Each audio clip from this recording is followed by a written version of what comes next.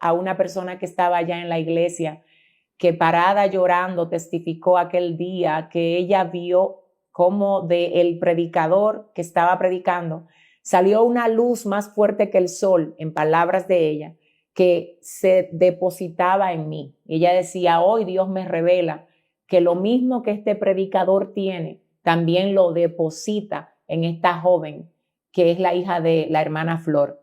La hermana Flor es mi mamá.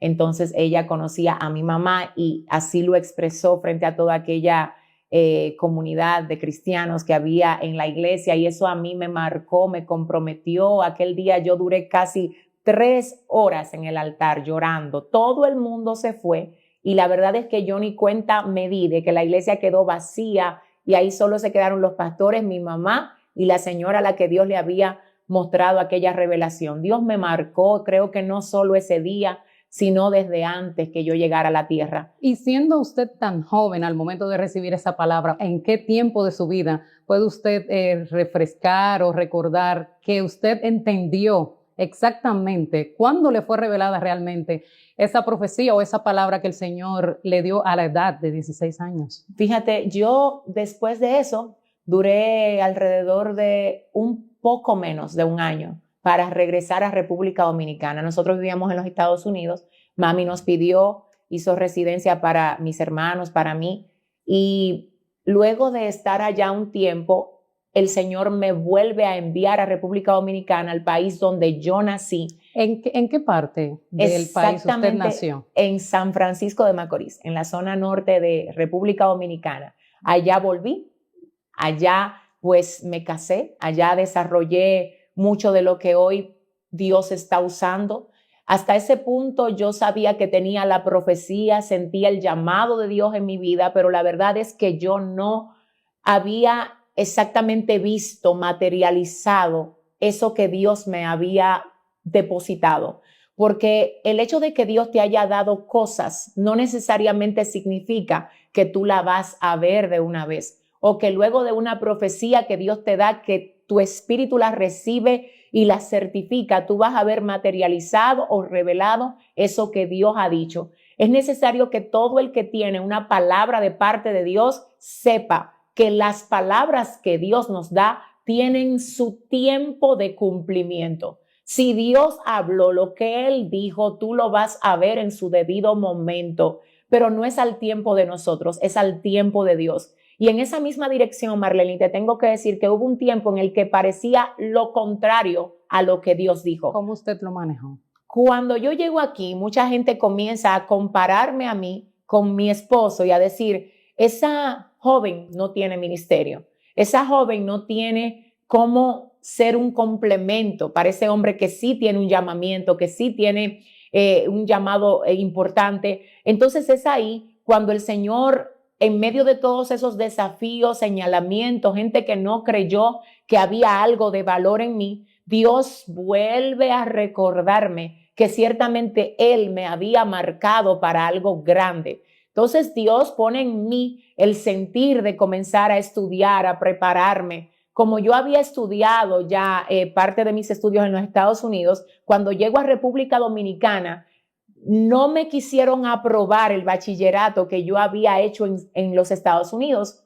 Entonces yo tengo que venir aquí y recuerdo como ahora que lo que me hicieron hacer fue retroceder y tuve que volver a hacer el primero de bachillerato, segundo, tercero y cuarto. Entonces parecía atraso, pero era todo propósito de Dios para desarrollar en mí fluir, para que yo pudiera soltarme, como decimos, en la manera como yo comunicar el mensaje. Simultáneo a esto, entonces comencé a estudiar la palabra de Dios intensamente y luego entonces comencé a servir primero a los niños, luego a los adolescentes. Trabajé en cosas que quizás mucha gente no quiere trabajar hoy en la iglesia porque entiende que quizás lo más importante es estar en el púlpito. Yo no comencé así. Pastora, ¿y esa pasión, o sea, se desprende únicamente de su intimidad con Dios, de una relación tan cercana con el Señor? ¿O usted puede decir si tenía algún, digamos, mentor, algún guía, o sea, su pastor, sus líderes que estaban constantemente con usted?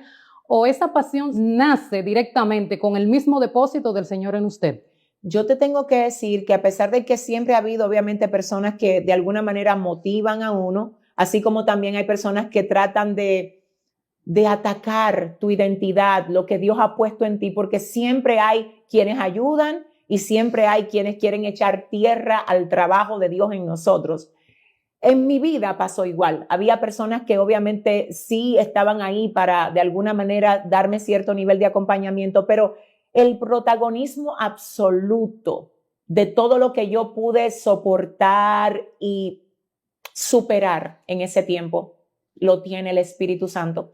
Ahí yo desarrollé una amistad muy intensa con el Señor por medio de la oración. Yo quiero decir a todo el que está aquí, orar no es un acto de religión simplemente. Orar es tener una conversación con Dios. A través de la oración nosotros podemos afirmar nuestra amistad con el Señor. Y Marlene, en ese tiempo yo conocí a Dios como nunca en mi vida. Wow. Pero a mí también Dios usó para impulsarme, Dios usó los mismos desafíos que yo estaba teniendo externamente, activaron lo interno que Dios había puesto en mí y Dios de alguna manera hizo que todo esto obrara para bien. Es decir, todos estos cuestionamientos de que ella no tiene ministerio, no tiene llamado, no se sabe expresar, Dios de alguna manera los usó para entonces impulsarme a yo crecer y a yo decir es que no, es que Dios me dijo algo diferente. Y aunque todo parecía distinto a lo que Dios me había dicho, yo decidí creerle a Dios. Y en esa dirección, si me permites, yo quiero aclarar algo importante. Escúchame bien, va a haber tiempos en lo que si te pones a ver tu realidad y a compararla con lo que Dios te dijo, posiblemente vas a ver todo lo contrario entre una cosa y la otra. Pero te tengo que decir que lo que tú estás viviendo ahora no se tiene ni siquiera que parecer a lo que Dios dijo, porque cuando llegue el momento del cumplimiento, Dios va a hacer lo que tenga que hacer para que eso que Él dijo se revele. Pastora, este es el momento para yo preguntarle, de todos esos obstáculos, ¿usted puede enumerarnos alguno que considere el más difícil que haya tenido que enfrentar? Yo creo que en esa dirección hay muchos obstáculos, bastantes. Está la burla de la gente, está la inseguridad que eso te crea, está el hecho de tú decir, wow, hay tanta gente que lo hace bien y yo no, hay tanta gente que puede y yo no. ¿Será que en algún momento realmente yo podré ser usada? Esa parte de la duda está, a pesar de que tú tengas la palabra.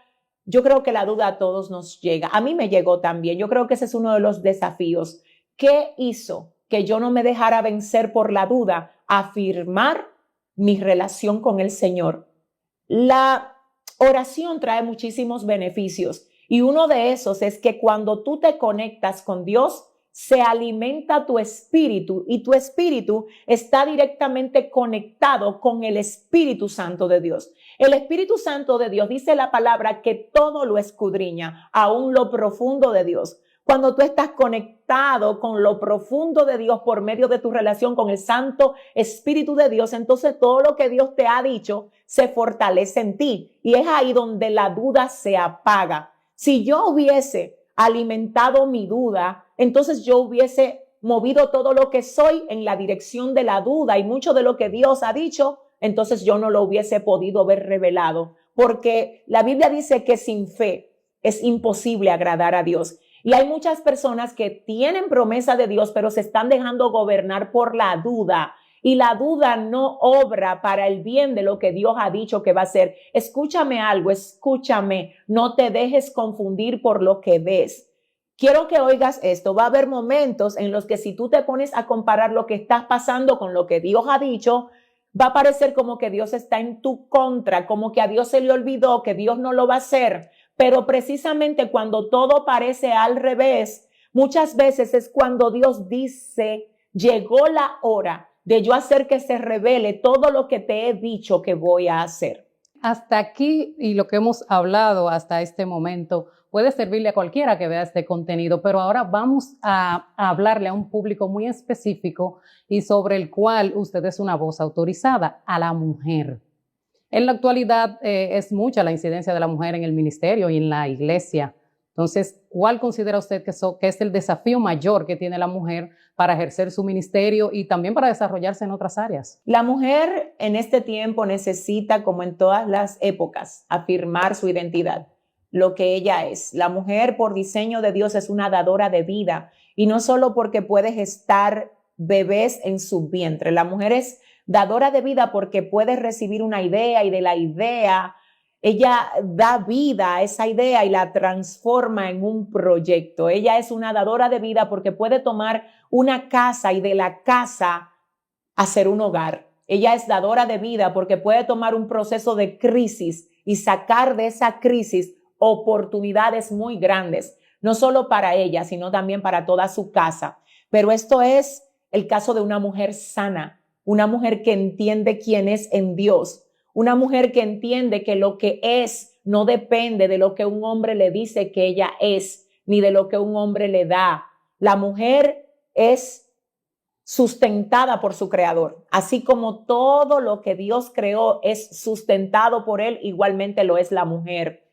Cuando la mujer tiene una dependencia no sana de otras cosas para sentirse segura, para sentirse valiosa, su estabilidad emocional es demasiado tambaleante. Ella no es estable. Entonces su estabilidad va a ser tan fuerte como lo es aquello sobre lo que ella se coloca. Pudiéramos decir entonces que las emociones es uno de los desafíos que tiene la mujer hoy en día. Total, la buena administración de las emociones, el hecho de nosotros saber tener dominio propio, saber quiénes somos, saber el valor que Dios nos ha dado, un valor que lo tenemos dentro, que nadie lo puede quitar, nadie lo puede dar, porque ya Dios lo dio. Dios lo dio, Él no lo va a quitar, entonces ningún hombre lo debería de poder quitar tampoco. Nosotros no podemos ceder lo que somos a lo que otro quiere que nosotros seamos. Tenemos que entender quiénes somos por diseño de Dios. Entonces yo creo que esto es un gran desafío que tiene la mujer, precisamente porque nosotras como mujeres a veces somos muy emocionales, somos muy frágiles emocionalmente. Una mujer te puede proyectar toda la fortaleza del mundo, pero independientemente de eso, ella es vaso frágil, y esto obviamente no quiere decir que sea débil de carácter, porque sabemos que hay mujeres que han desarrollado un carácter muy firme, pero por diseño de Dios la mujer tiene fragilidad, y su fragilidad es más que nada emocional. La mujer puede ser herida fácilmente cuando sobre todo no entiende la identidad que tiene.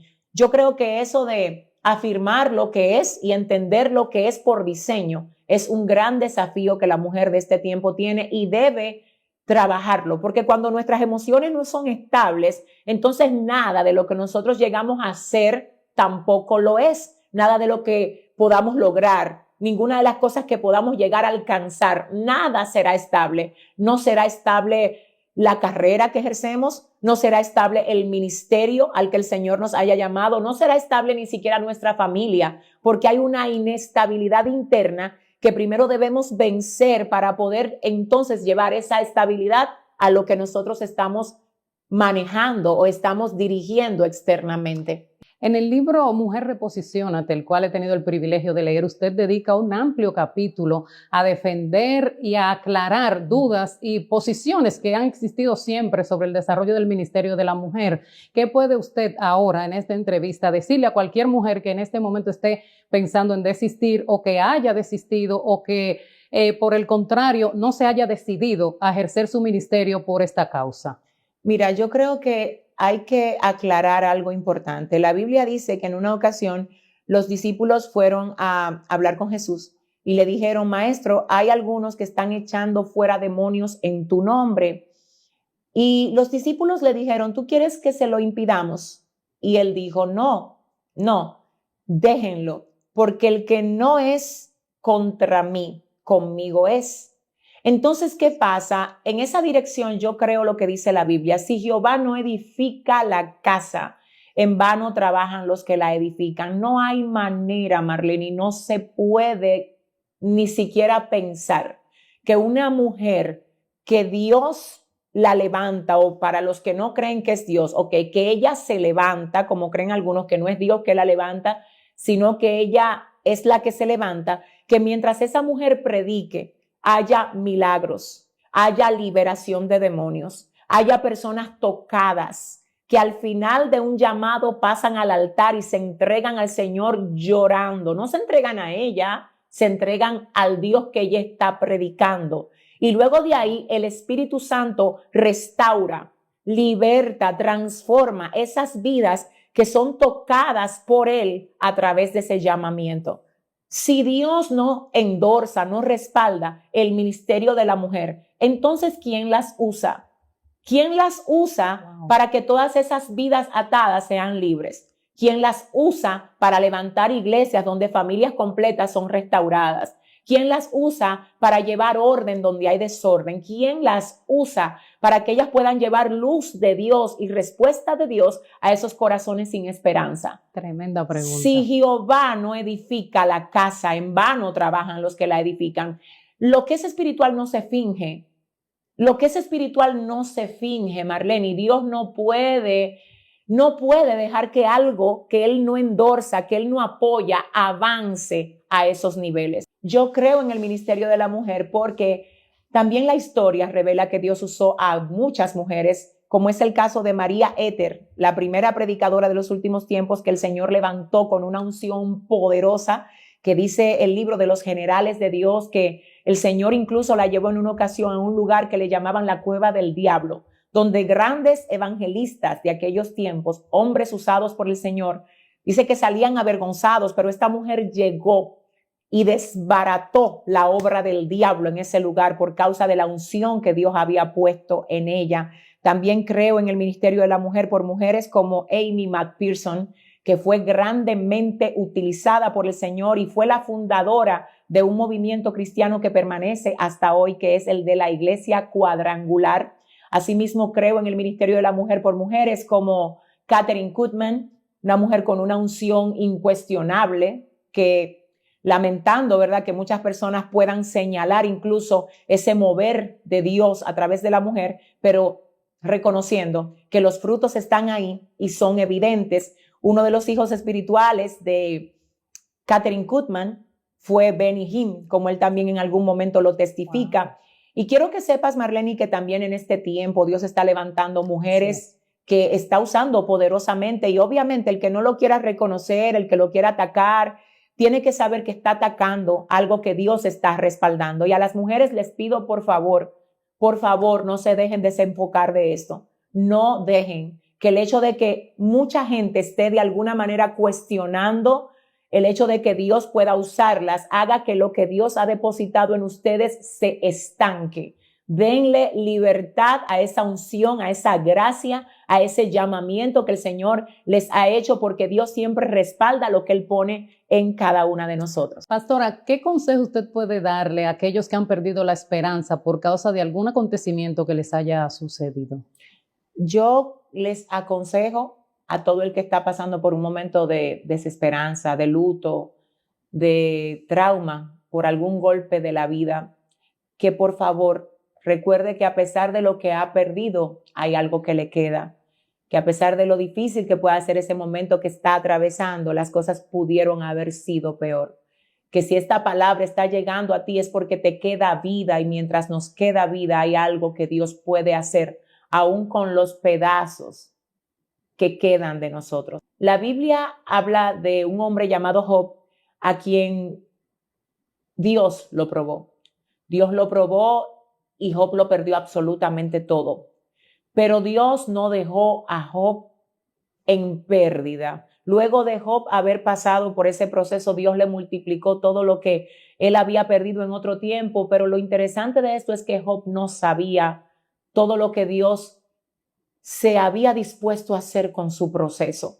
Y en esa dirección yo quiero recordar a todo el que recibe este mensaje que Dios no aflige ni entristece de balde a los hijos de los hombres. Y aunque ciertamente hay cosas que vienen como parte de una prueba, un proceso, pero hay otras que vienen como consecuencia de malas acciones o porque simplemente es parte de la vida que pasemos por situaciones específicas como la partida de un ser querido, como la traición, como fracasos en diversas áreas de la vida. Creo que al final todo se trata de entender que si nos queda vida y si nos aferramos a Dios, Él siempre puede hacer que de lo peor salga lo mejor, porque todo obra para bien a los que aman a Dios, a los que conforme a su propósito son llamados. Vamos al altar, pastora, y es que queremos conocer qué puede usted comentarnos acerca de algunas opiniones que se dan sobre sus mensajes, diciendo que son un poco inspiracionales nada más e incluso que deberían ser más confrontativos.